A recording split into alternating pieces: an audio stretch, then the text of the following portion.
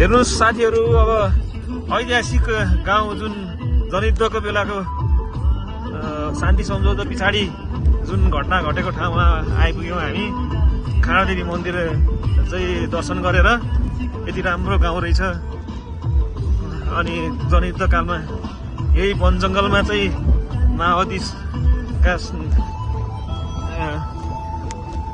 जनकमान्डरहरू लगायत जनसिपाहीदेखिले सबैजनाहरूको चाहिँ भूमिगत स्थान यही ठाउँ होला सायद, यहाँ किन थाहा छैन साथीहरू। तैपनि मैले सानो चित्र एउटा भिडियो चाहिँ कैद गर्ने कोसिस गरेको छु। लाग्छ होला तपाईँलाई, राम्रै लाग्छ होला। तपाईँले कमेन्टमा यसो लेखिदिनु होला के भएको थियो त्यो कुराहरू, कसैलाई थाहा छ भने म त अनभिज्ञ भएँ। हेर्नु त कति राम्रो गाउँ, हेर्नु त यति राम्रो गाउँमा राजनीतिक इतिहास बोकेको गाउँ। आज जनकमान्डरको सर्वोच्च नेता पुष्पकमल प्रचण्डज्यूले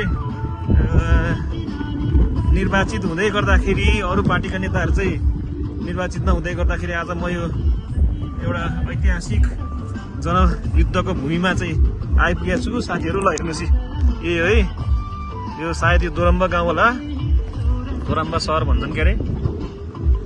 वेलकम लेखेको छ। ल आज एकदमै लक्की फिल गरिरहेको छु मैले चाहिँ एउटा राजनीतिक कर्ताको रूपमा, एउटा पोलिटिकल सेक्टरमा स्टुडेन्ट्स युनियनमा काम गर्दाखेरि मलाई एकदमै चित्त बुझ्दो ऐतिहासिक गाउँमा चाहिँ भ्रमण गर्न पाइयो। यस्तो छ साथीहरू।